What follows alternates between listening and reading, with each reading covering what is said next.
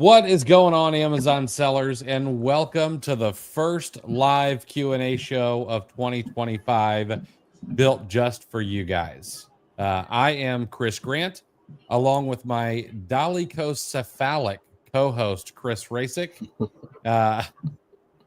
Dude, I'd like to know when I'm going to scrape the bottom of the barrel on these adjectives because it's becoming a bit of a serious search to try not to repeat these and also come up with something that is multisyllabic and not over the top mean. Yeah, well, that's a banger to start the year. So I don't know, you might be setting the bar a little high.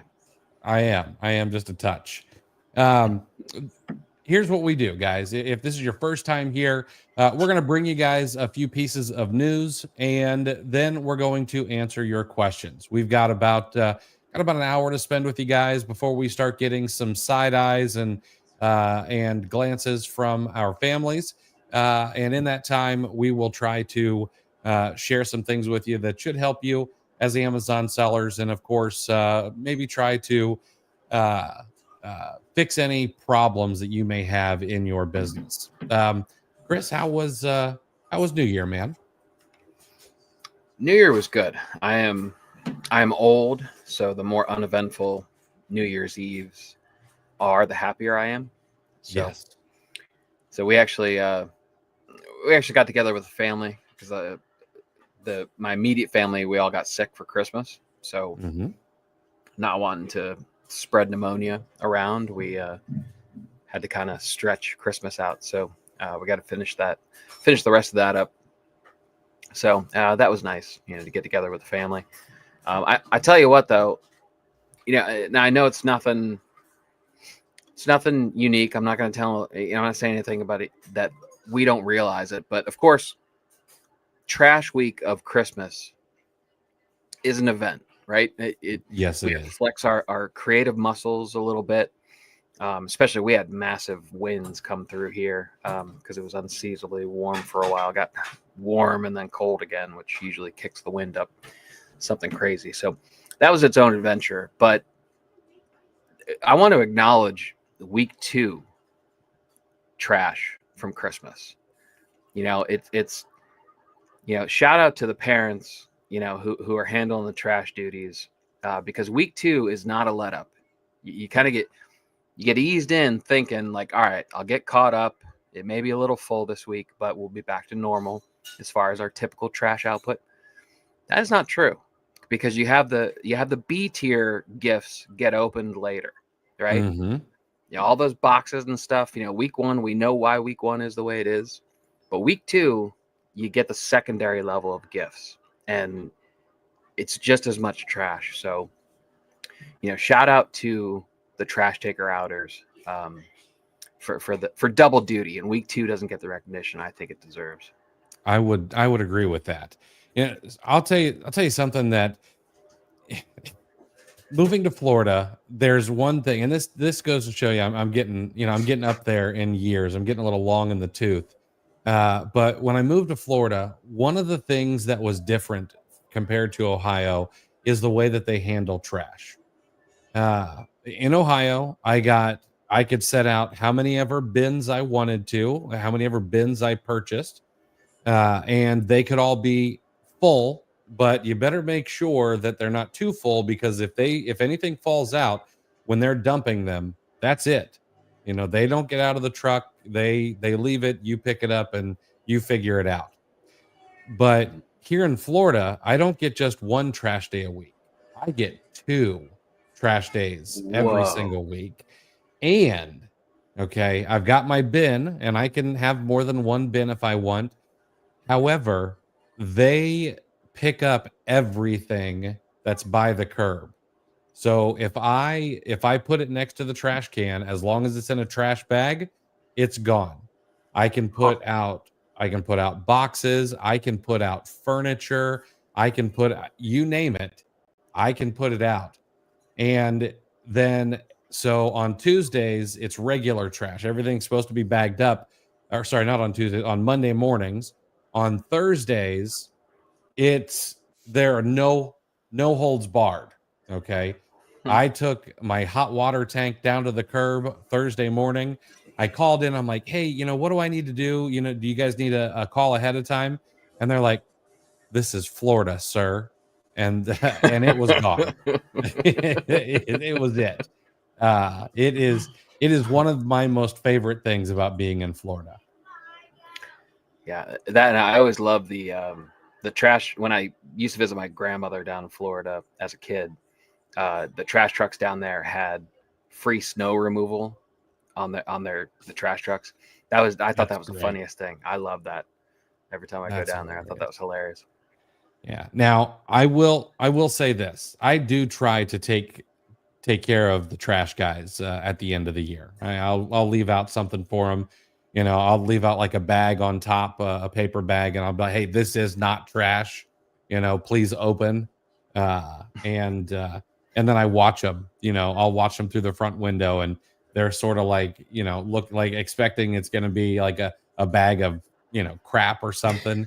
And then they pull out drinks and stuff like that. It's kind of nice, and I'm just like, I just wanted to know who hurt you guys, because Right. they're not expecting something nice. Yeah. And what's with the aggressive trash collection? Like I want to know what the backstory is on that now.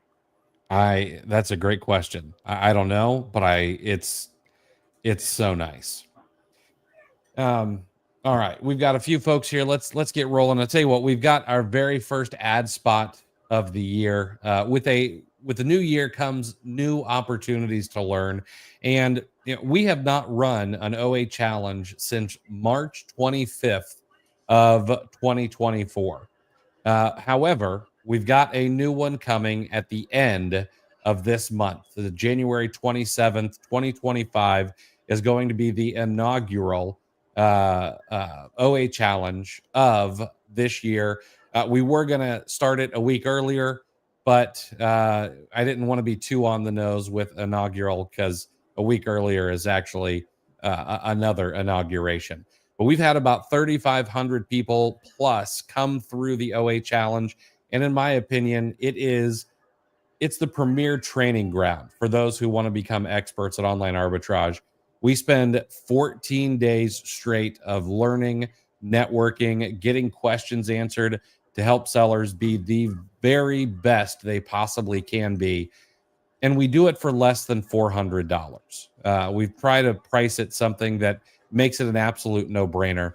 So if you want to go into 2025 and you want to become an expert who not only knows how to read a Keepa chart, not only knows how to source, but knows how to think strategically and creatively about sourcing, check out oachallenge.com. You can learn more about it over there. You can get registered for what I consider to be the best OA training class in the world. Now, I am a little biased. I will admit that, but we've had a ton of success stories, and I'd love to see you guys be the very next one. So oachallenge.com.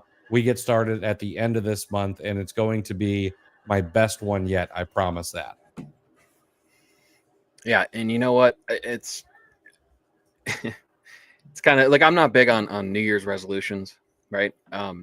We've talked about that before. I put a lot more credence into a resolution, if you want to call it that is made on a random Wednesday, as opposed to needing a start that a bunch of other people are trying to. I mean, I get the collective momentum, towards wanting to improve. I appreciate that, but the numbers of people that bail on it is just staggering. So I feel like if you want something bad enough, you shouldn't need the calendar to say one, or be a Monday or something like that. But I tell you what, I starting off the year with, it's like New Year, same shit, because social media didn't change. Like, apparently everybody, the prolific social media content creators, they didn't make any resolutions because they are posting the same garbage. And I watched a couple of videos I wanted to see what they were saying. But there was Amazon just destroyed FBA sellers, right? Just these clickbaity titles, right? And I watched a couple of them. I watched up until the very first sales pitch of whatever it was that they were selling, because I knew there was one coming. And out of the 3 videos that I watched, I didn't have to watch anything longer than 4 minutes and 25 seconds before I got to the sales pitch, right? So, number one, what I'm getting at is watch your inputs, because I don't know how 2024 really was for me. However, I have a positive opinion of it. I'm not one of those people that's like, oh, I can't wait till 2024 is over. Hopefully 25 is better. I don't get caught up in that. I think because I'm still grateful for the opportunity that this job gives me and the time that I get spent with my family and stuff like that. Were there difficulties? Absolutely. But I'm still up and running. I'm still okay. So I don't think I should, have a negative opinion of the year. But I just may lean towards the bright side a little more than most people, or at least the people that post on social media.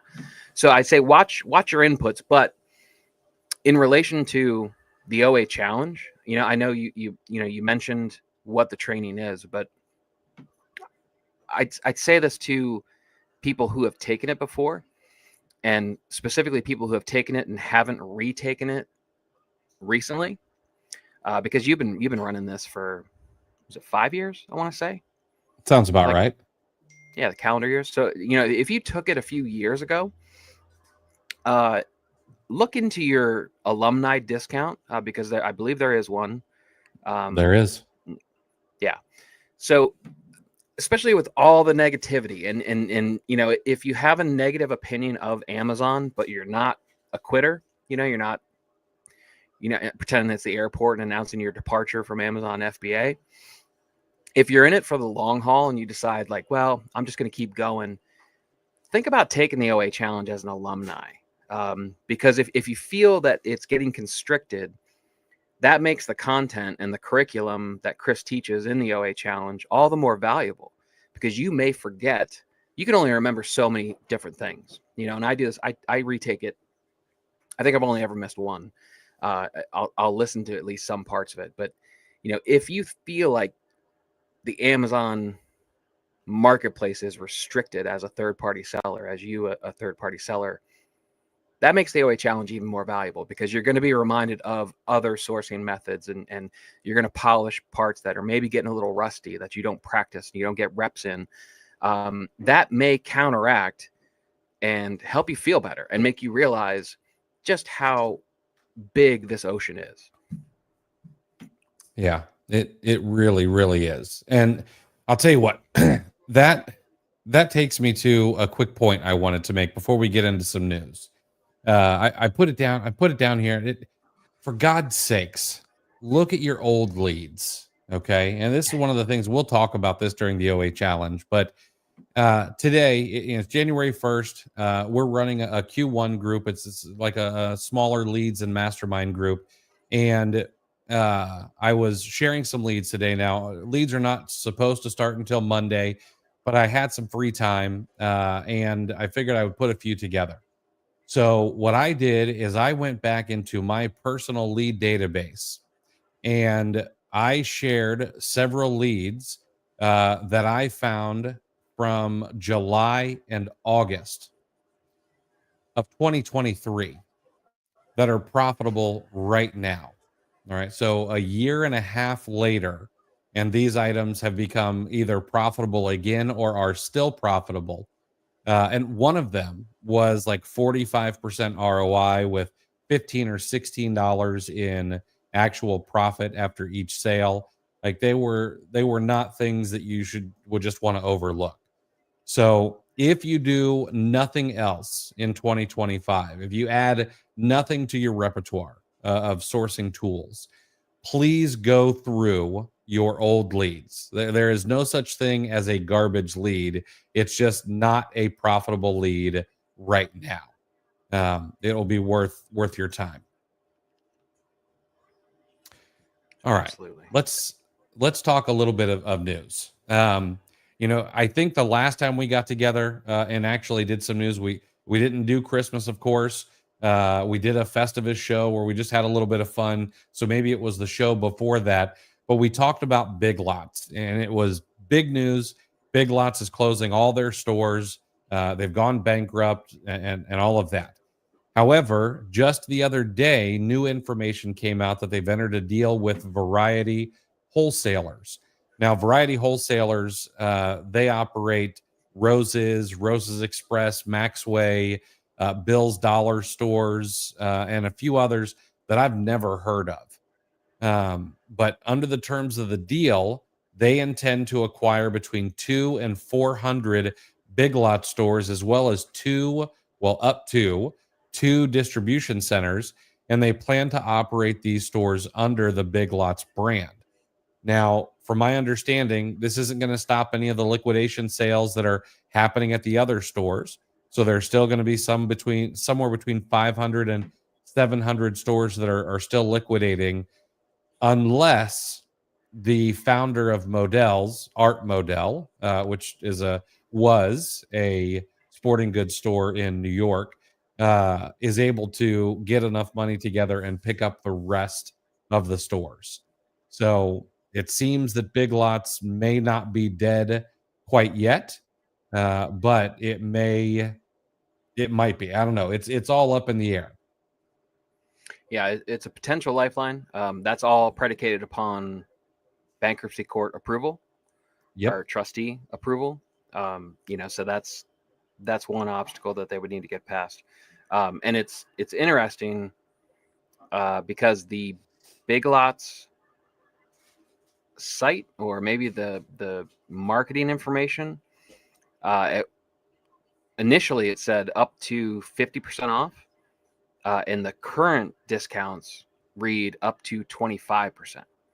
Interesting. So I don't know if that's maybe they're feeling optimistic about the lifeline that's been extended to them. Yeah, it certainly seems that way. It'll be interesting to see what happens. Yeah, I saw that one of the terms of the deal, of course, they get all the intellectual property, and my whole thought was, is Big Lots intellectual property really worth that much? It's not like a Toys R Us or anything like that.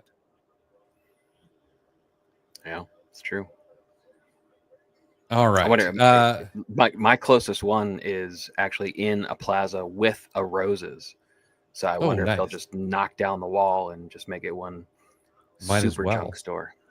Might as well. I don't know if have you ever been to one of the TJ Maxx home goods stores that are right next to each other and just have a hole in the walls that you can go between them? We've got a couple down here. You like, hey, I want to go to Home Goods, and then you walk in and you're like, oh well, I can just walk into TJ Maxx right here and hit both stores. Nice.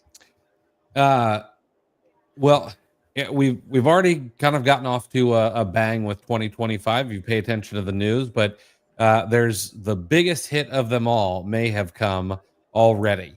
If you're familiar with the inverse Jim Kramer, it's a form of investing where you do the exact opposite of what the CNBC talking head says to do. So if he says buy Nvidia, well, you better just get out. It's going down, and it's going down fast. And at one point, I checked the inverse Kramer, and it was up something like 30%. Now, don't hold me to those numbers, but it was something ridiculous. Well, Jim has come out and he said that Amazon is a buy. He thinks it's going to be incredible in 2025. So if you own any Amazon stock, now may be the time to dump all of it and move it into something else, because Jim Kramer has just screwed the pooch for you guys and is going to screw your portfolio up. Hopefully it stops there and he doesn't start talking about how well run Amazon is and how Andy Jassy's doing such a great job and all of that, and he just shuts up.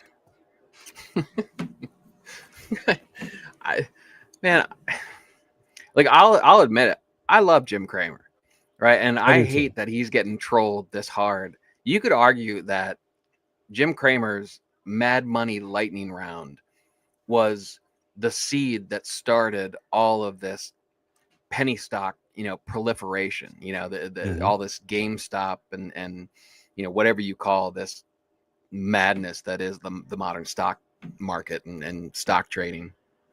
I feel bad. I'm always rooting for him because I never missed a lightning round for about 2 years straight. Like I was in. Like I thought it was extremely entertaining but we've also talked about how you can basically spin the news any way you want to. Like I already know I could write down some bullet points on the positives on Andy Jassy.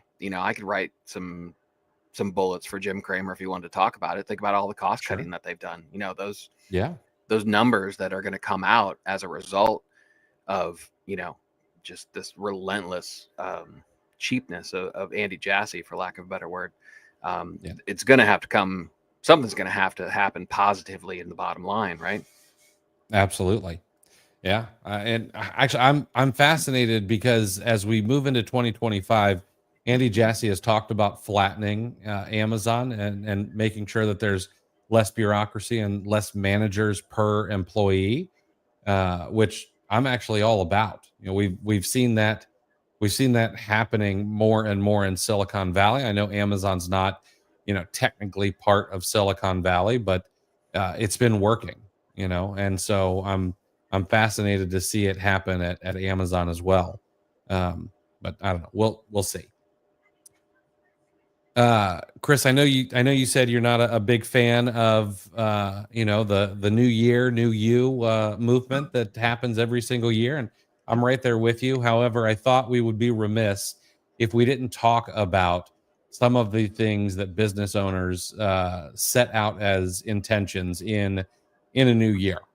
Business owners always have new goals. They want to do the right things in their businesses and in their lives. And of course, this can be helpful, but you can't be like those, I think it's something like 85% of people quit by the 19th of January. It's an insane number.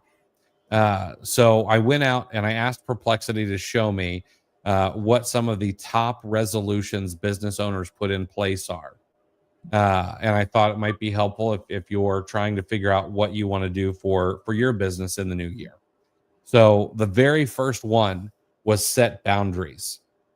People look to set clear boundaries for things like work hours, family time, and personal health to try to prevent burnout and enhance productivity. I thought that one was not a bad thing.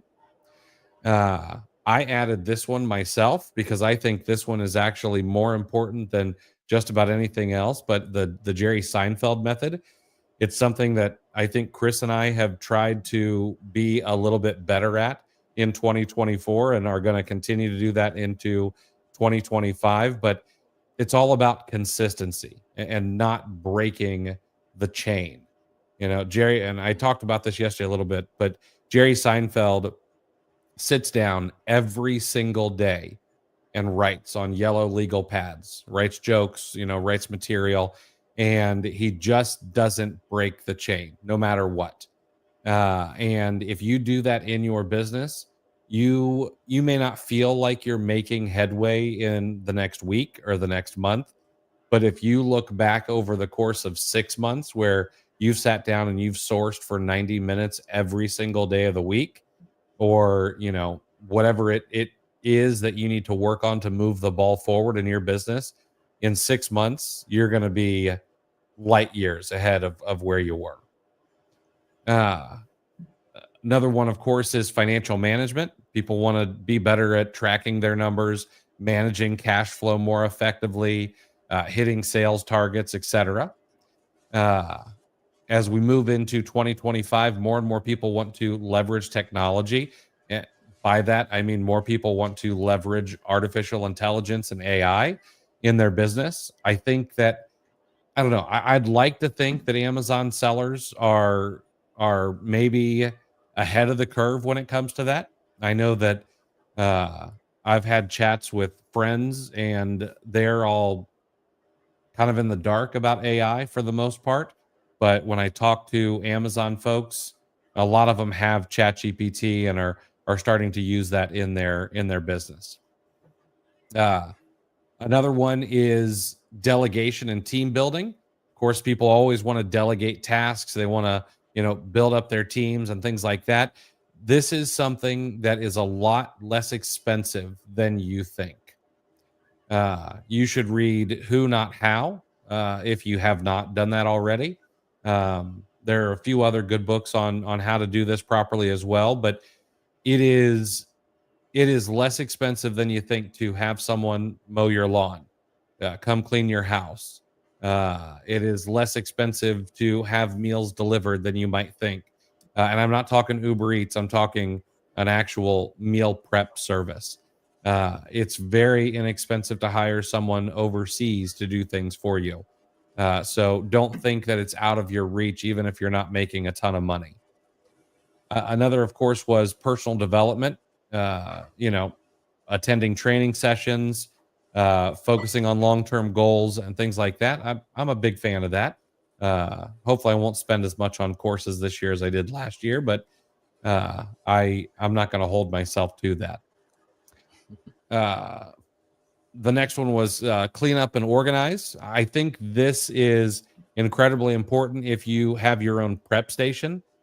I'm not so much of the mindset that you need to have a clean desk. There are studies that say that the messier the desk, the smarter the person who works there. I don't know if that's anecdotal or not, but I'm going to go ahead and take it as a sign of my own genius. But if you've got your prep station at home, setting it up in a way that is useful will make you so much faster. Not having to look for the heat gun that you drop behind the table, not having to wonder where you put the FNSKU labels or the right size poly bags. Everything in its place, and a place for everything should be something you should really look into. And then finally, networking. A lot of people want to, this is something people talk about every year as business owners, but networking is one of the highest leveraged activities that you can do if you do it properly. And Chris and I have done an entire podcast on how to properly network. You should absolutely go and check that out. And Luke brings up a great point here. If you do want to know how to organize your prep station, go watch our podcast with Kim and Perry. It was excellent. I've been planning for the podcast for 2025. And of the people who we try not to have a whole lot of people back on the show, but there are going to be a few. And I think Kim and Perry are one. Steve and Alexa are going to be another that we're going to have back on the show, because those people are just full of insights every single time I talk to them. Yeah, absolutely. And if you're lacking in, if you're down on yourself for your own personal organization, and you don't have any of your own, go visit someone that has children. I don't think I'm well organized, but then I will go talk to my kids and have to try to help them find something, and I feel a lot better about my own skills. Yeah, because they are like, why like putting the remote in the same spot after you use it every time, like why is that so difficult to master? That is a good question. I have thought about gluing ours to like a 2x4. It's insane. My son was looking for something, and he spent 30 seconds looking for it. And then he comes inside and he's like, nope, it's gone. He's like, and then he sends me a text message and he's like, hey, could you buy this, please? And it's the thing he was looking for. And I'm like, no, I'm not buying another one. We bought these in July of 2024. I've got the receipt on Amazon. And he's like, oh, okay. You guys. All right, let's talk one more thing before we get to some of your guys' questions. Chris, you shared this. Amazon strike was a big swing and a miss, wasn't it? Much ado about nothing. I'm not even sure the people in the Facebook groups finished typing, how do you think this is going to affect us sellers? Like the strike was over before they put the period on the end of that sentence. Like, what a letdown. Yeah. Yeah, it was not good. Starbucks, same with them. Both of those strikes ended with no concessions on either one of the corporation's parts. Like it was not a good look. And see, here's the problem, because the Teamsters came out and they did say, well, the strike is over for now, but you guys have just seen the beginning. And I'm like, you guys gave up way, way too easy. Like, what makes you think that the next one is going to be any more effective? Because Amazon's Right. already figured out that they can punch you in the chest and you're caving. So I don't know. I don't think that was a good look at all. It's almost like it's almost like they realized that they started the strike too late. You know, like, Mm-hmm. man, we're gonna have to remember this next year. December 19th doesn't have the logistical challenge that we're trying to lay on them that we were hoping. Because Right. it was the 19th through, and then it ended Christmas Eve, right? Something like that. Yep. I don't know. I don't know. Maybe the real strike season is like home buying season. It really should be done in the spring. You can make a whole lot more noise. May not hurt much, but I don't know. All right, Peyton, what's up? Chris is finished with 12K for December. Dude, that is fantastic. Good for you, Chris. That does not sound great, Chris. Whatever happened in the background. That's great, Peyton. We might have lost the pork and sauerkraut. I'm not sure. Right. I'm really glad you hit that, man. Peyton just started and doing a really great job. Yeah, congrats, Peyton. That's awesome. And you know what? This is a good time of year to remind everybody to absolutely celebrate your wins. Yeah. And cheers to you for throwing that number out there. That's a big number to you. That's an accomplishment in your journey, whatever chapter you happen to be on. It's easy to get caught up on seeing these people post massive numbers, and you kind of shrink back and don't want to share because, you feel like if it's not close to some of the numbers that you see other people post, and you're going to be looked down on or something like that, or you'd be laughed at or something like that. But that's not the case. Number one, we told you multiple times, this is something I constantly remind myself is don't compare your chapter 1 or 2 to somebody else's chapter 12. If they've been in it longer, yeah, there's absolutely no good reason to beat yourself up over not producing the same kind of numbers that they are. So yeah, celebrate your wins. If it's a win, talk about it. And if you don't want to say the actual number, that's fine. You don't have to, but don't be afraid to if you want to document your journey. If you're doing the build in public and whatnot, like that 10,000 or whatever your number may be, if it's on the journey to 1 million and that's where you want to be, that's an important step along the way, because everybody had to get to 10,000 first before they end up on whatever number that their goal is. Yeah. I think we should expand that to say, if you've had to pull back and you're building back up, you shouldn't be ashamed of that either. I've known people who they've pulled back for one reason or another. Life gets in the way, a job gets in the way, whatever it is, and you start building back up, and you want to share the wins, but you're worried that, oh well, I did 30,000 this month rather than the 50,000 I was sharing before. Like, that's okay. I definitely don't be ashamed of that. Don't be embarrassed. You deserve a pat on the back because you've overcome something in your own life and you're starting to build back. Yeah. Or, hey, I was doing $30,000 a month on average, and then I lost Nike, which was 75% of my catalog. but I ended up with 20,000 for December. That's absolutely a win. You know, it forced you to diversify, you know, and you kind of had to reorganize. And, you know, you could say, especially if you were dominant in Nike, you know, your non-Nike inventory, you actually increase that by quite a bit by doing 20,000 without Nike, you know, situations like that. That's an absolute win, you know, be proud of that. Debbie, do you have any videos on the recent change with FBA and using Inventory Lab? I have not made any videos on that. I probably won't.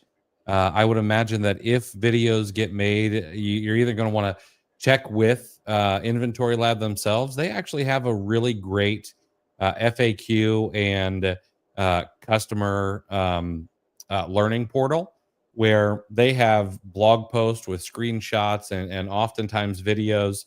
And then I know that Charles Leslie will probably be making videos on changes and things like that coming up pretty soon.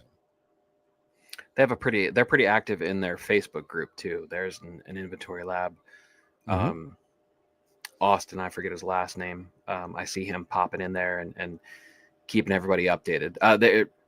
They're certainly having their struggles, but I don't know any connected company dealing with this change that isn't having struggles. So I know the one thing with Inventory Lab is they got an extension on using 1.0. So you can actually do business as usual, the way you're used to doing it through, I think, almost the third week of January. Something like that. Yeah. 20th or 21st. Yeah. Yeah. Lounger, I got a friend to sign up for FBA, but he was gated for literally everything. It was just crazy. Do you think this is Q4 related, and will it relax soon? So I want to zoom out for a moment, because when you say literally everything, and I hate to be that actually guy, I know that it definitely feels that way, but it is certainly not the case. It is going to be difficult to find products that are ungated. But and do the gatings relax after Q4 is over? I hope so, but I don't know if that's going to be the case. You know, do we have a new normal, or was this a Amazon's way of trying to protect the marketplace in Q4? That's my hope. But hope in one hand, and you know the rest of the saying. So here's the thing. They need to pay their dues. They're going to need to get to 20,000 or so in sales on the things that they can sell. And then they're going to see a ton of products start becoming auto ungated. And by it, I mean a ton. They'll be able to get hundreds of different brands ungated automatically just by requesting it once they get to about 20,000 in sales. So it's just what they're going to have to do. They're going to have to absolutely slog through it and pay attention to where they're at. And once they're at 20,000, start requesting for ungating every single product they come against. And they should be doing that now as well. Just because it's a little bit tighter in the beginning doesn't mean you won't come across a brand or two that becomes ungated automatically. And then it will lighten up over time.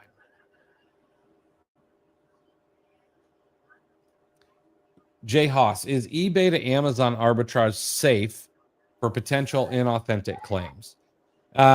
In my opinion, no. My opinion is that buying from eBay sellers to sell on Amazon is probably one of the most risky business models there is to sell on the platform. It's like buying from a third party on Walmart. You have no way to prove provenance. Even if they're a 100% seller with 10,000, reviews on eBay, you just have no idea where they're getting their stuff from. And so I don't think that receipts from there will help at all if you get an inauthentic claim and you have sourced from eBay.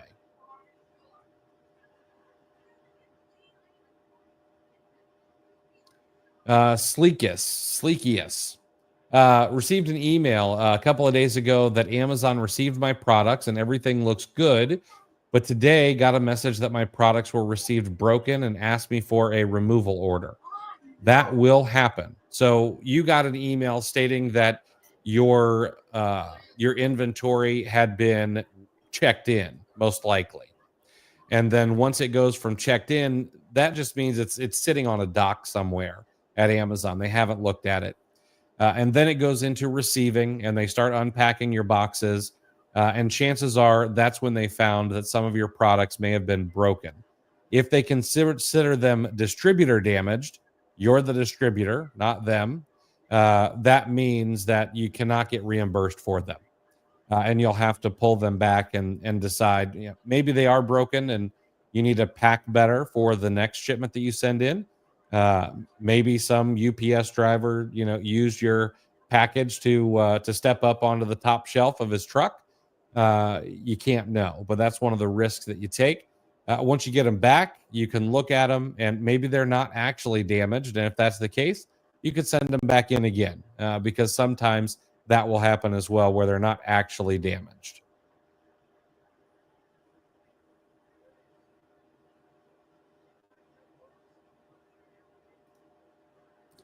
Mike, go Bucks! Absolutely, sir. I'm going to be turning on that game here as soon as we're out of here. But Mike, where would you turn to learn more about selling on Walmart, specifically regarding what makes good items to sell? With no Keepa, it is uncomfortable. So let me give you guys a tool that you can go out and use if you're interested. There is a tool called Data Spark.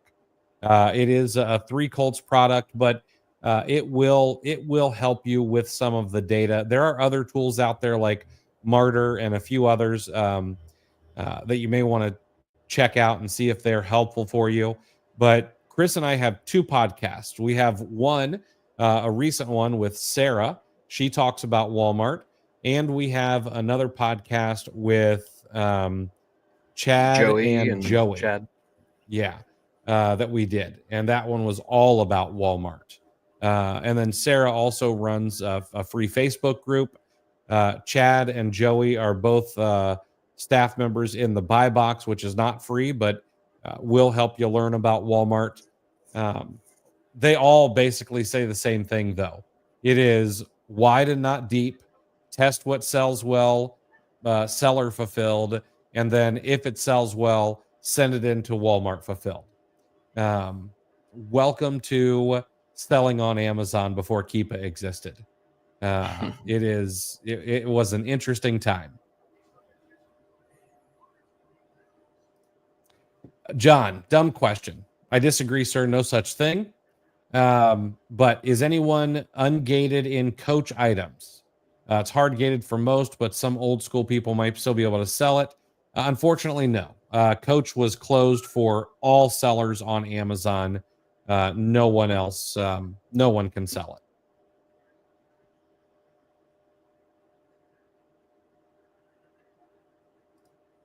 it. Potato, can my friend place orders for me and ship to his address to avoid order cancellation without getting trouble with IP or inauthentic complaints? So it doesn't matter where you ship to or who purchases. You can get an inauthentic complaint or an IP complaint no matter what. That'll just, if you list it for sale on Amazon, it's available to get some sort of complaint. Now, can you safely have your friend place orders and ship to their address? Yes, but you're going to have to show that chain of custody. So the way that I would do it personally is I would add their address as a ship from location inside of Seller Central. That way you have the address in your Amazon account. And I would actually give them an employee credit card. If you've got a Chase or any business credit card, really, will allow employee credit cards of some sort. Issue them one and let them use that. It'll have their name on it. It doesn't have to have your business. They don't have to say, it was Potato Inc. Ordering the products. They can say, Joe Potato is ordering and have it shipped to their address.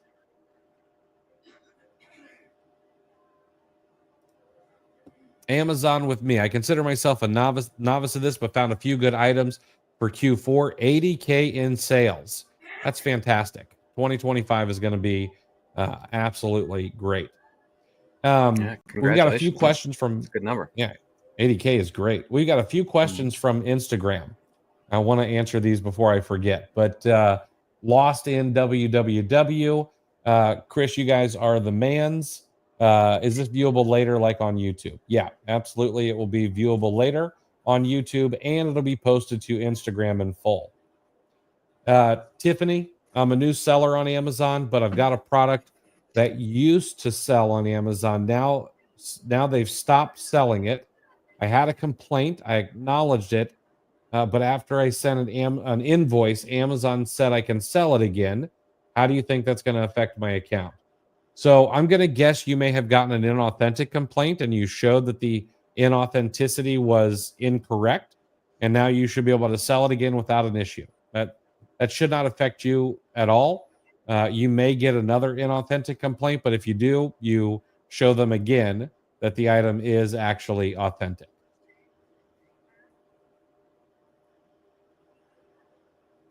Let's see here. Hey, Eli showed up. What's going on, man? Happy New Year, Eli. Hey, Happy New Year, Eli. Eli may be someone we get to come back on the show as well. He's always a great guest.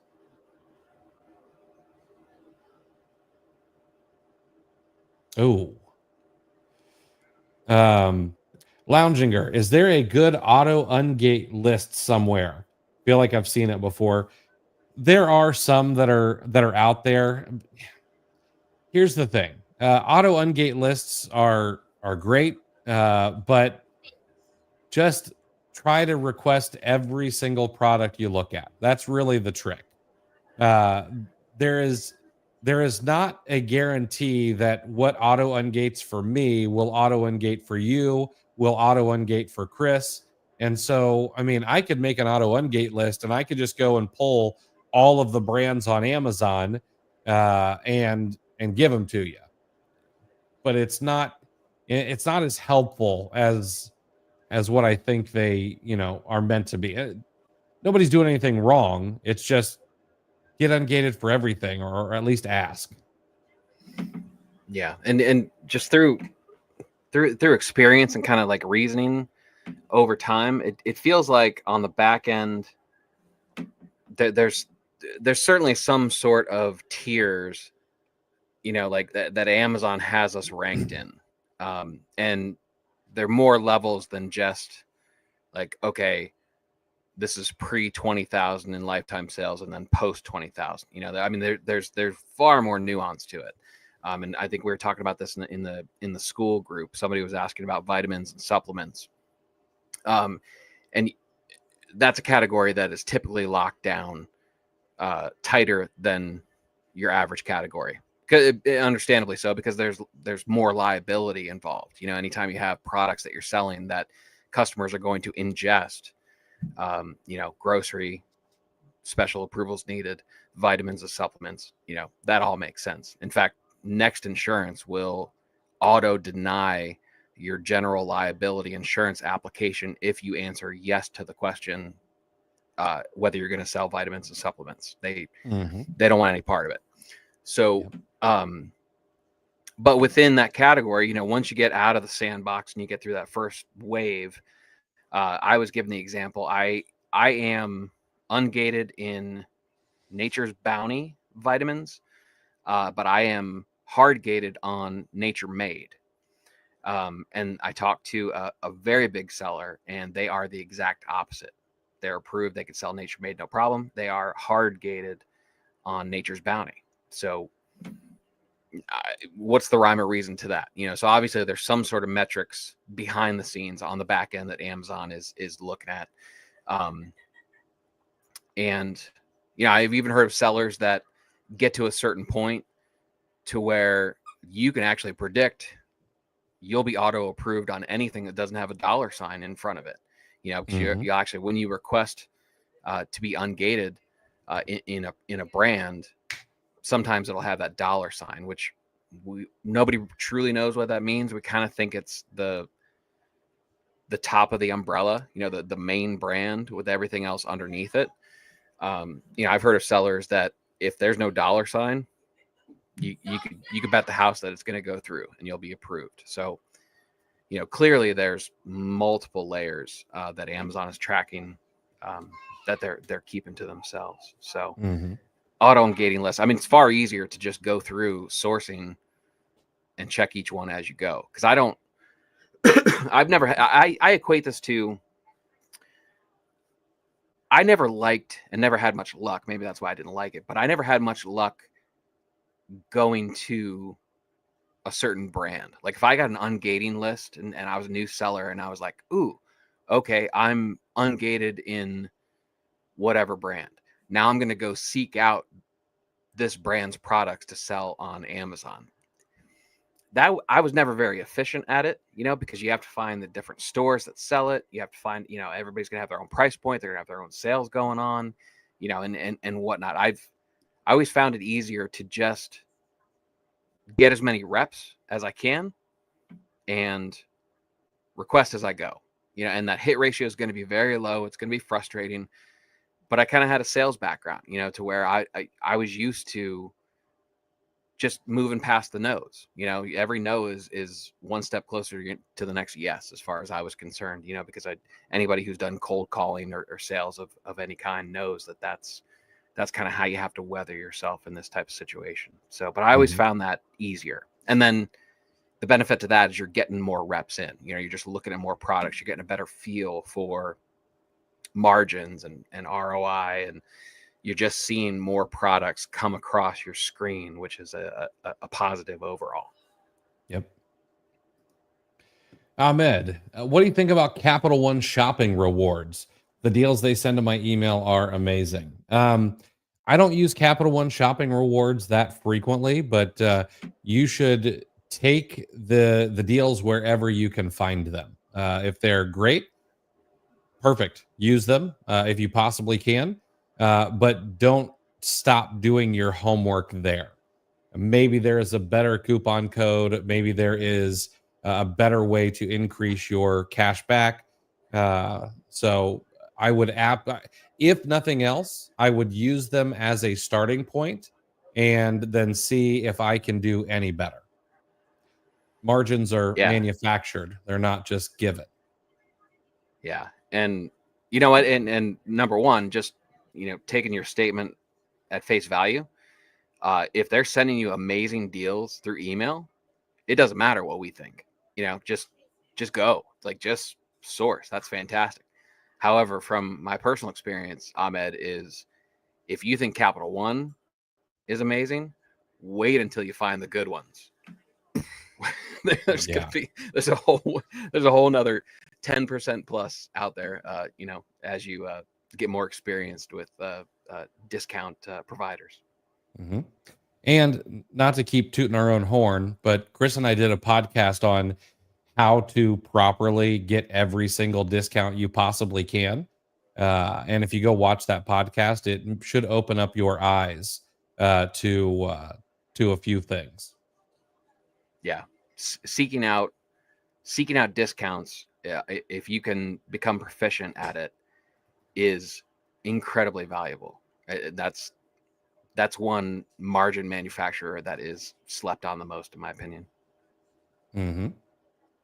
Potato. Thank you, Chris. Perfect answer. See you in the Q1 OA challenge. Looking forward to it, man. Ringer, selling Nike for 3 years, gated in September. Now I can sell on some Nike listings, but not others. Very confused. Any insight? I think Chris really kind of covered this better than I'm going to be able to. No, there not really any insight. We don't know what Amazon is requiring, or what makes it so you're ungated or not ungated. Best thing I can suggest is, if you want to get ungated again, try to get ungated again with an invoice from Nike, and then hopefully it opens up the ones that you can't sell again. But more importantly, my opinion is that this is a really good reason to be diversified. We do have a brand that we go fairly wide on one particular brand, but if you look at our entire catalog right now, it is incredibly diverse, in my opinion. You're not really going to see, you're not going to see any Nike, but you're going to see brands from all over, because that's how you protect yourself if something goes down.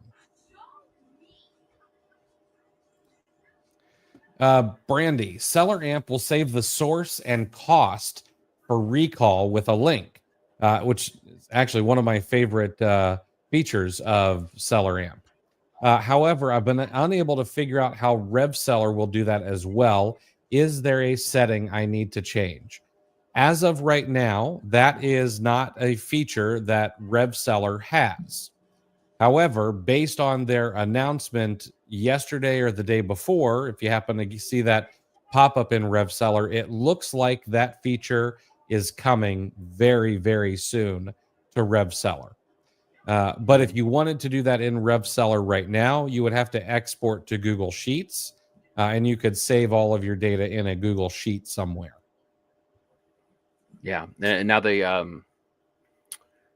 I saw it on the sourcing session when I pulled it up the first time. And I believe there was something along the lines of, they said that you're going to have to reload Rev Seller. But I closed out the pop-up without reading too much of it because I was in the middle of something. And so I haven't gone back to it to reload it. So I'm not sure if that's active or not. Yeah. Ringer, please hit a like for these two fine gents. I appreciate that. And we'll take it. We'll take it for sure. Corey, this is the nicest thing that Corey is ever going to say about Ohio State. So this is high praise and affection from Corey. Ohio State looking okay. And I just pulled up the score, and I agree. It's looking pretty good without watching the game yet. New year, new Corey. I like it. Right. Corey, send me your address. I will ship you an Ohio State t-shirt. Get on board. David, does inventory get stranded at Amazon because it's lost? Can't figure out what my SKU did. No, inventory is not usually stranded because it's lost. It could be a lot of other things. It could be damaged. It could be a high pricing error. It could be what else is there? Sometimes all I need for an item to go stranded is someone to order it, and I'll have it'll go stranded for about an hour with a listing error, and then it just disappears on its own. Yeah, it's all over the place why it might be stranded, but it being lost is not usually one of them, because stranded means they know it's there, but for some reason or another, it's not available for sale. Yeah, David, I had a lot of stuff go stranded, and I assume you've checked all the reasonings, kind of make sure you float your mouse over any clickable links in your stranded inventory page, or any drop downs. It may give you the reason. I assume you've done all that. We did have a bunch of just random, unexplained hard gates, over the last month and a half, or call it the whole Q4. So it's possible that some of your inventory may have gotten caught up in that. So make sure, I know that it's not going to give you a clickable link on the stranded inventory if the page is down, but make sure you copy the ASIN and look it up in a new tab on Amazon. Make sure the listing is still active. They may have taken the product down. That may explain something. And I know when that happens, you got to kind of connect the dots yourself. Couple of questions over on Instagram. What's our podcast called? It's Clear the Shelf with Chris and Chris. You can catch it on YouTube. You can catch it on Spotify, Apple Podcast, you name it. And then, do you have the name of the video for getting the most discounts? I don't know what clickbait title I used on that particular episode, but you can find it on the podcast stream. We have a whole playlist over on YouTube.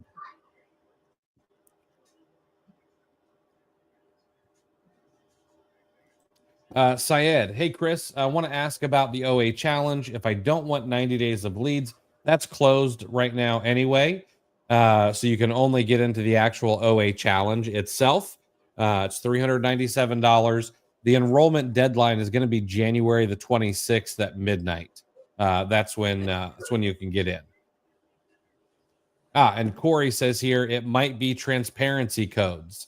If you got got an email, that is absolutely possible. You may have sent something in that did not require transparency codes, and then it may have gotten transparency codes needing to be required. There's that does happen as well. So I think this is the one that we're referring to.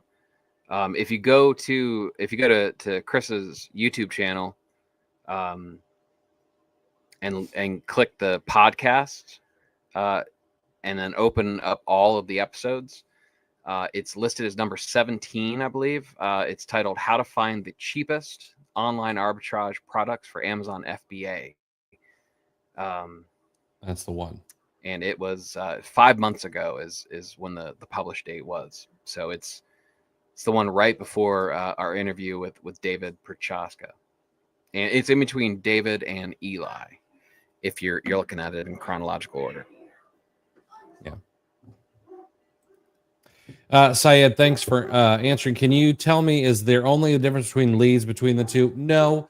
The OA challenge is 14 days. The Q1 leads and mastermind includes an OA challenge, but is 90 days of leads. It's a mastermind. You get access to a WhatsApp group and all kinds of other things, but that's not available. That's closed.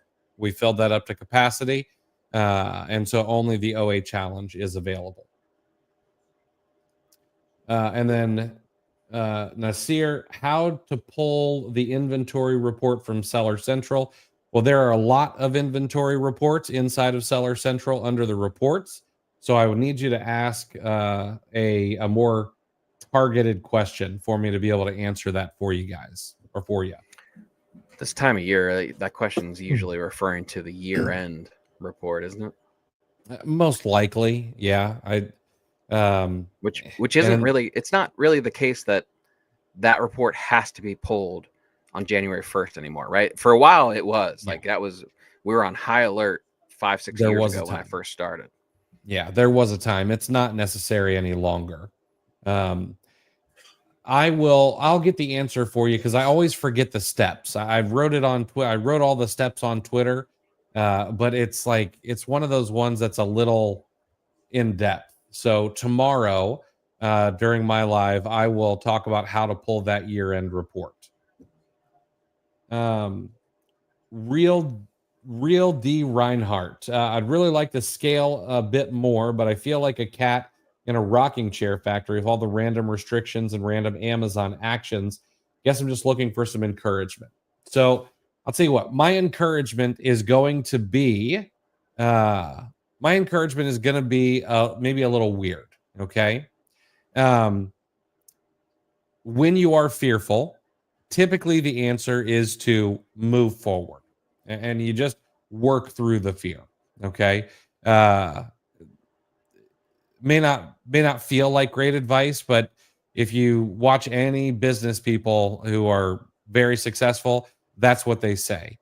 The state of being an entrepreneur, whether it is Amazon, whether you own a lawn mowing business, you own a Fortune 500 business, everyone is just making it up as they go along and reacting to whatever marketplace they might be in. And worst case scenario as Amazon sellers is maybe you lose out on a couple $1,000s worth of inventory. Hopefully, it could be a lot more than that depending on what kind of model you use. But if you're doing arbitrage, you really should only have, no more than a couple $1,000s tied up in any particular brand for the most part. And if that's the case, that is a heck of a lot better than getting sued for your entire net worth because you knocked the window out of somebody's house as a lawnmower, or all these things that can happen. I remember when I was an insurance agent, I had a tattoo shop insured, and it was on a second floor. They had let their insurance lapse. Okay. They did not pay their bill. Okay. It was completely on them. They had a customer fall down their steps and break their back, and that customer sued them. They in turn sued me as the insurance agent, and the Department of Insurance sided with the customer rather than me. And so my E&O had to pay for it, my errors and emissions insurance, and I had to pay a fine to the state. Okay, for something that I honestly, it was not my fault. It was the customer's fault. Uh, that is the kind of risk that you take being someone who wants to be self-employed, and that risk is a whole heck of a lot bigger than if Amazon decides to regate a couple $1,000s worth of Nike for me. uh because I mean, I could have been on the hook if my errors and emissions insurance had not covered it. It would have been on me rather than my E&O insurance. So the state of being an entrepreneur is risk. Look at it in the face and just step right through. Yeah, some of the coolest advice that I read over the past year was related to explaining that the people that we look up to, depending on how, it doesn't even matter how far you look up. It could be somebody like Chris, who has the knowledge that you're looking for, or it could be somebody like a billionaire, that you look up to, but realizing that they're just figuring it out as they go along also. Like we tend to put them on a pedestal and we assume that they have ultimate proficiency in everything they do, and that's just not the case. When the person asked about selling on Walmart without Keepa, it said the uncertainty is scary. Yeah. But you need to realize that the level of uncertainty is never going to be zero, even with Keepa on Amazon. You simply don't know. You're using your best guess on what the history of the chart looks like to predict what's going to happen, what the chart's going to look like in the future. And your best guess is never going to be 100%. However, I didn't hear the original question. I have no idea what the question was, because I was trying to figure out what a cat in a rocking chair factory feels like. Is that, like, I don't understand it, but I feel like I want to steal that if I can actually figure out what it means. So the history of that particular saying is because, cat has a tail, it's in a rocking chair factory.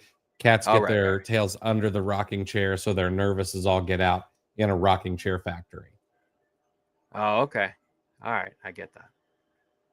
All right. I'm going to sit with that for a little bit. Yeah.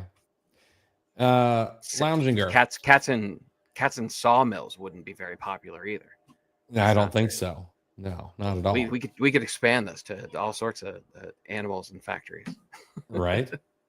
Lounger, I had a transparency code issue for the type where they require you to send 5 images of transparency codes.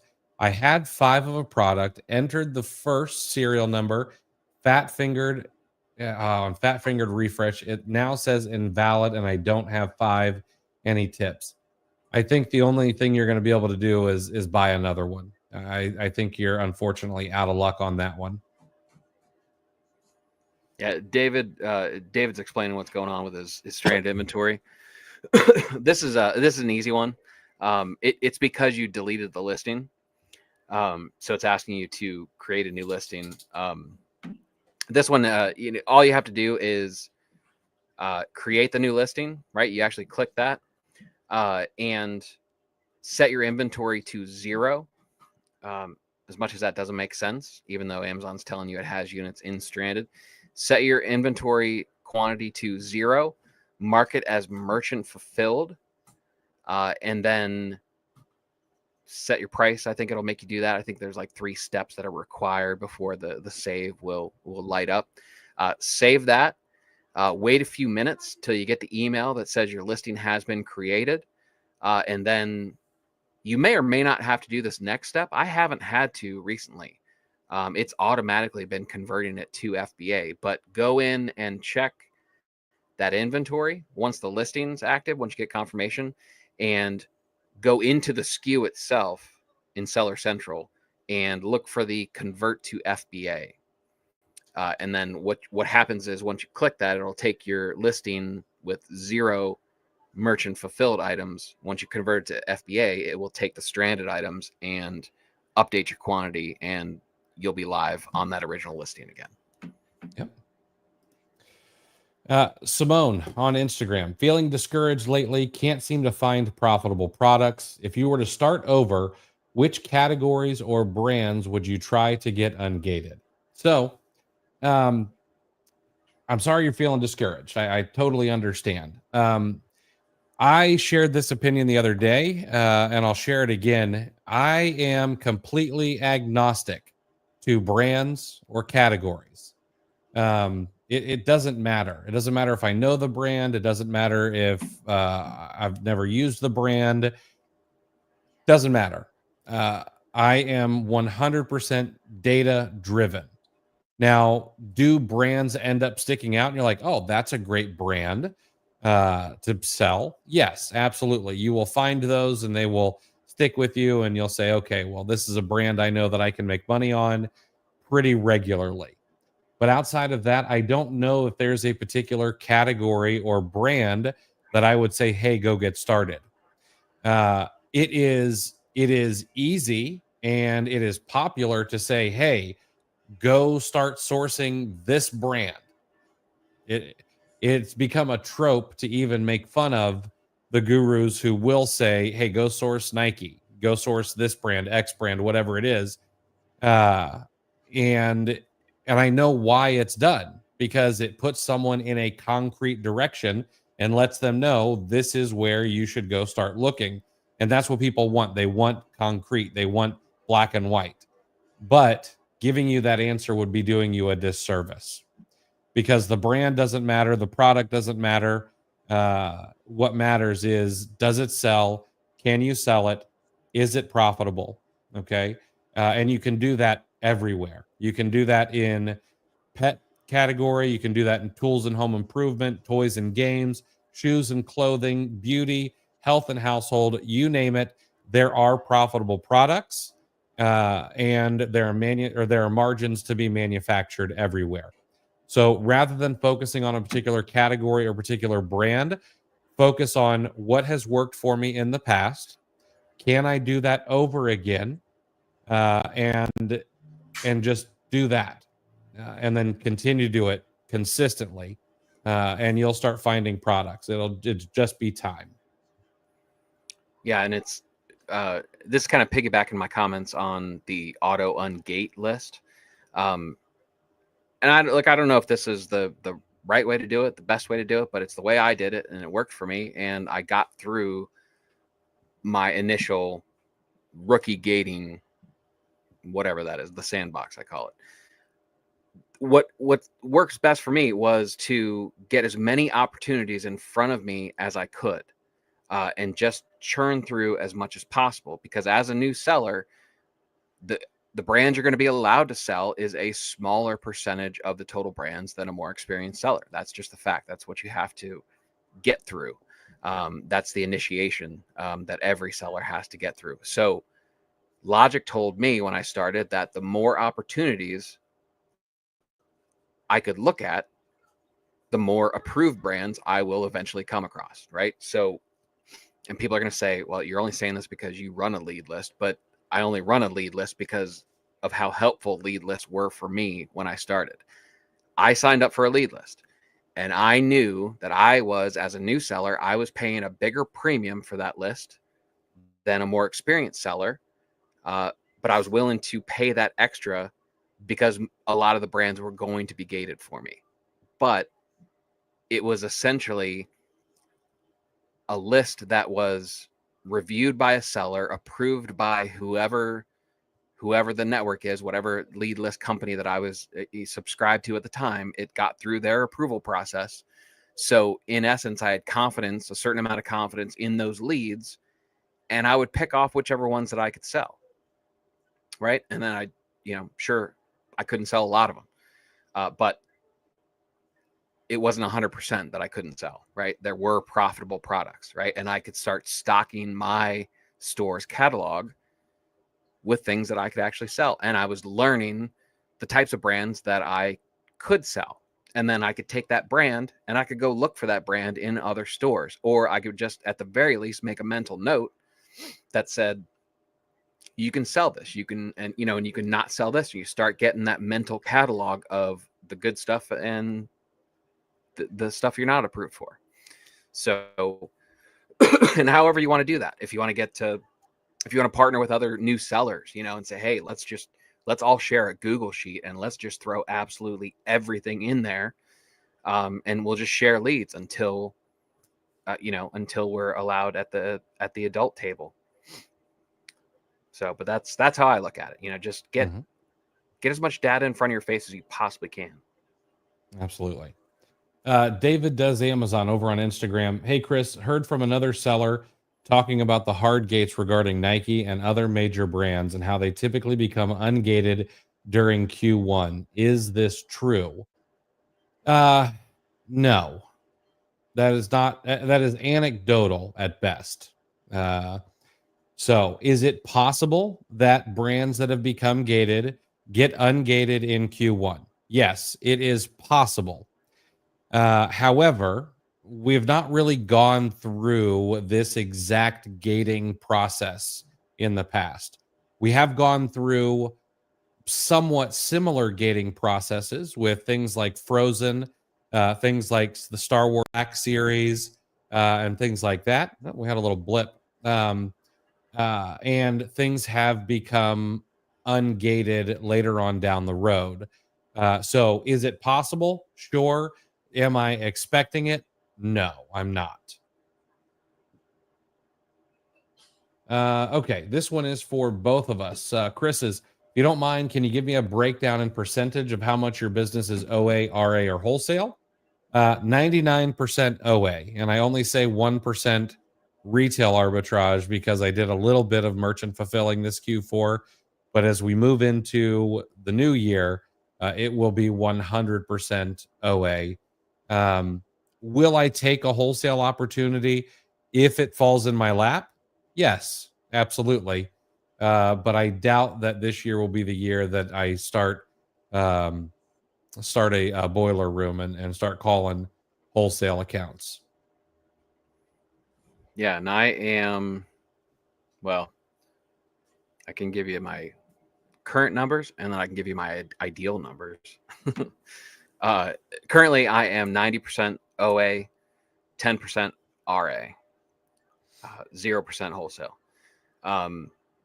Ideally, I feel the best about my store when I am 75% OA, 25% RA. And I kind of got away from RA because I wanted to spend more time, believe it or not, more time at my desk right here. And I am a serial context switcher. And I get bored with tedium. So I start looking for cheap dopamine. So I felt that if I could do more OA, I could source in batches. But then I'm also telling myself, well, you need to make social media posts and, you need to, moderate a Facebook group, or you need to, you should finish that article that you wanted to post on Medium, or, you should do that, so I can kind of, that's my own internal struggle is like, okay, when you start searching for cheap dopamine, I'll pop a Zen or something and try to do something productive as opposed to scrolling social media on my phone just doom scrolling, but I felt like I wanted to be here more, because there were other things outside of simply sourcing, and I had my leads to that I needed to produce, and I for my weekend lead list, you know, so I could switch between that and you know, so I just kind of, it's probably not healthy, you know, and I probably stayed anchored to my desk more than I needed to, because I'm just inefficient with my time. So, but I like it. 25% RA, I like, because what happens is I have my prep center. I have 2 prep centers. So I've got East Coast and West Coast. And so they're sending shipments in for me on pretty much regular intervals, right? And then if I can get an RA shipment packed myself and send that, it's coming to Amazon. There's profit coming in 3 different directions, and that makes me feel warm and fuzzy. Mm-hmm.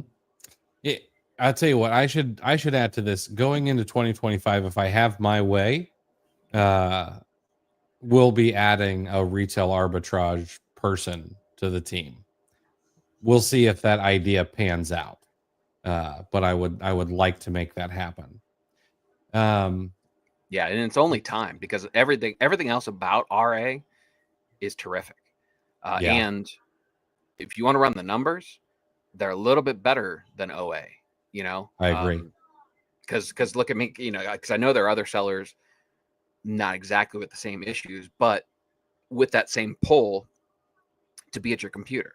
You know, it's not abnormal to sit here and go, well, if I could just stay here, you know, whether you're just trying to concentrate your work hours or you're trying to be more efficient to do more volume with your store, it makes sense that I can sit here on the computer and I can go to Kohl's, and then I can go check Target, and then I can go to Walmart, and I'm just switching tabs as opposed to hopping in the car and driving from store to store to store, right? That's obvious. You can just, again, you can see more data in front of your face at a much higher rate doing OA. But so RA has less competing seller eyeballs on it. It tends to kind of retain profitability better, outside of, you know, maybe some niche discount stores that the masses have caught wind of. But, you know, as a general rule, there's less price tanking, you know, higher profit, higher ROI for longer periods of time. So I love RA. The fact that it's a low percentage does not reflect my opinion of it. And for the most part, because of the nature of retail arbitrage, retail arbitrage is almost a forcing function of shallow and wide, which I think is another positive. Are there going to be those times when you could go in and you could buy 100 or 200 units of the exact same product? Sure. But by and large, it's going to be onesies, twosies, 5s, 10s.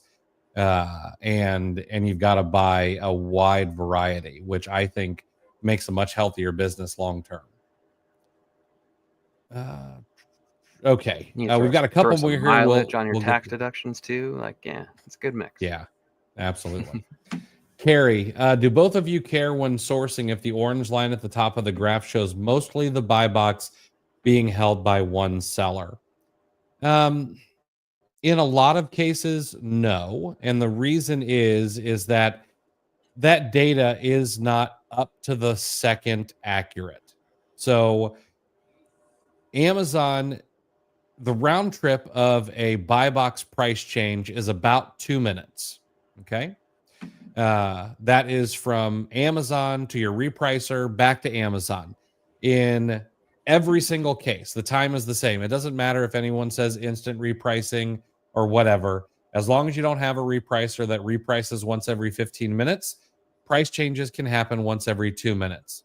Now, if you use Aura and you have hyperdrive, they have technology to be able to cut that in down to about 10 seconds on some of your listings. Okay. They can only do some of them.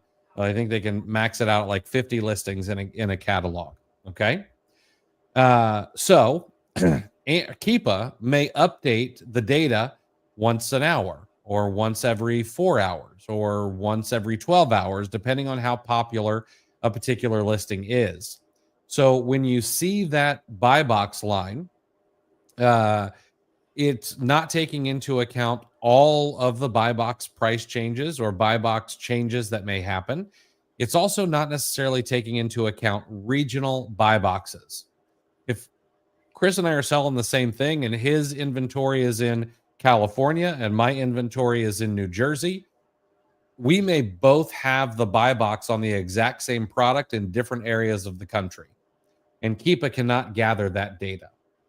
So typically, as long as I can see that the number of sellers is moving up and down on a product listing, even if the listing said, or even if Keepa says that it's the same seller 97% of the time, I know that other sellers are probably moving inventory, and that's a more important metric for me. Yeah. The only time I care about the buy box being dominated by somebody is if it says Amazon 100%. That's certainly an issue. Or the brand itself is on the listing, then I care. Or Fortress brands. Yeah. Pattern, Fortress brands. Yeah. Then I care. That's about the only time. David, sorry. Yeah.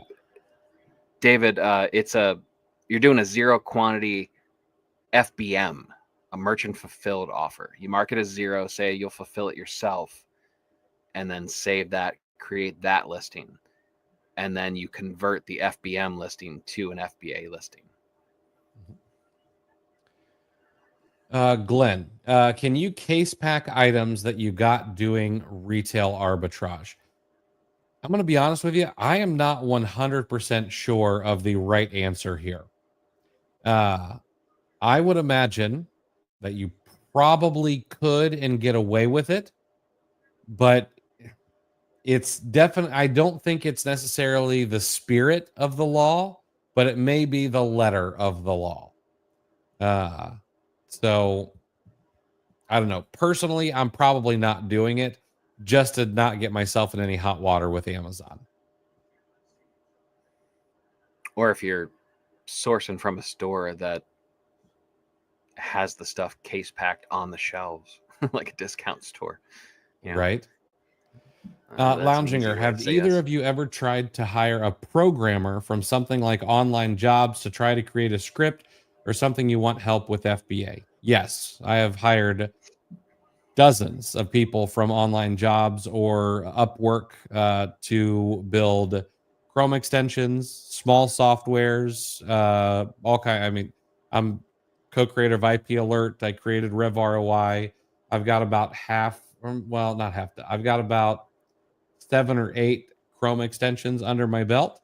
So yeah, I've definitely hired people. I've also hired a bunch of people to create things like XPaths and things like that for tactical arbitrage and stuff.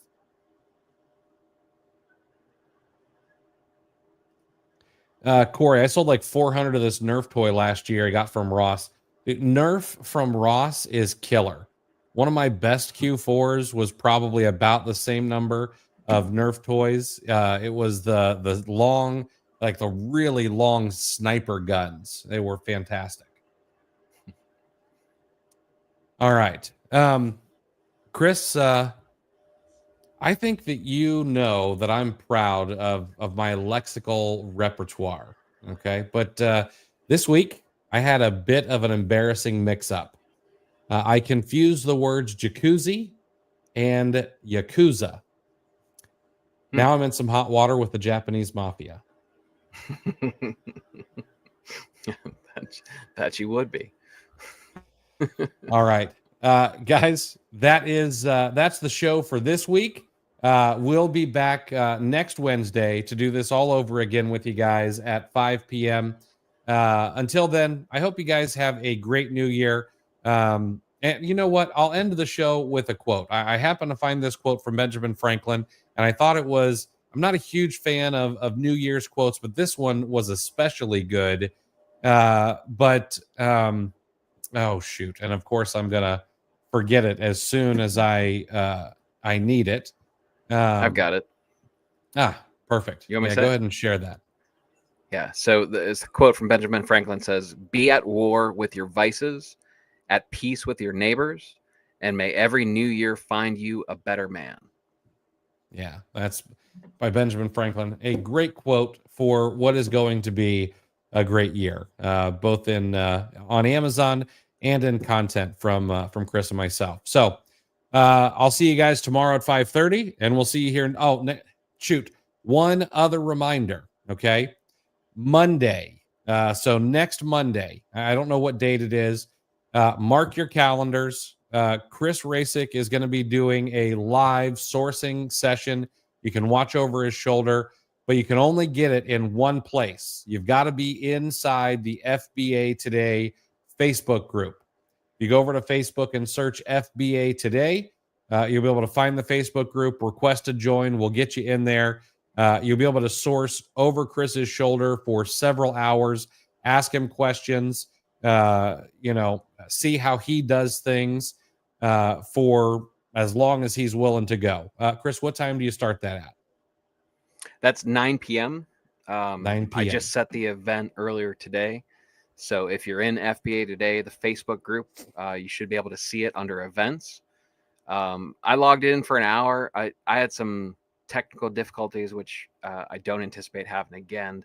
So I logged it for at least an hour. I think we ended up going 90 minutes last Monday, but yeah, as long as it provides some value, and some people hang out with me, I wouldn't mind doing this a weekly thing. It's not, like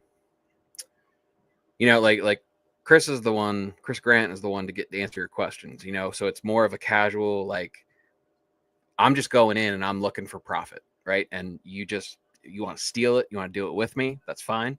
But you're just in the weeds with me. So I know we found a hazmat product that was about $22 profit per unit, with very low competition, as is typical with hazmat items. That's a nice little niche if you're allowed to sell that. And then there was a couple different Fenty beauty products. So I don't know, if you bought 5 of each from the last session, I mean, there was at least $100 or so in profit, easy, 100, maybe 200. So, So, there's something in it, and ask me questions. That's the whole idea is, hey, why don't you like this? Why'd you go past that so quickly? I'll answer all those questions. Just come hang out.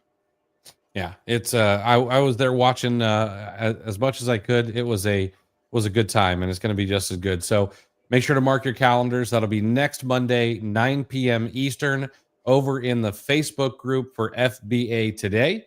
You guys won't want to miss it. All right, I will talk to you guys soon, and have a great evening, everybody.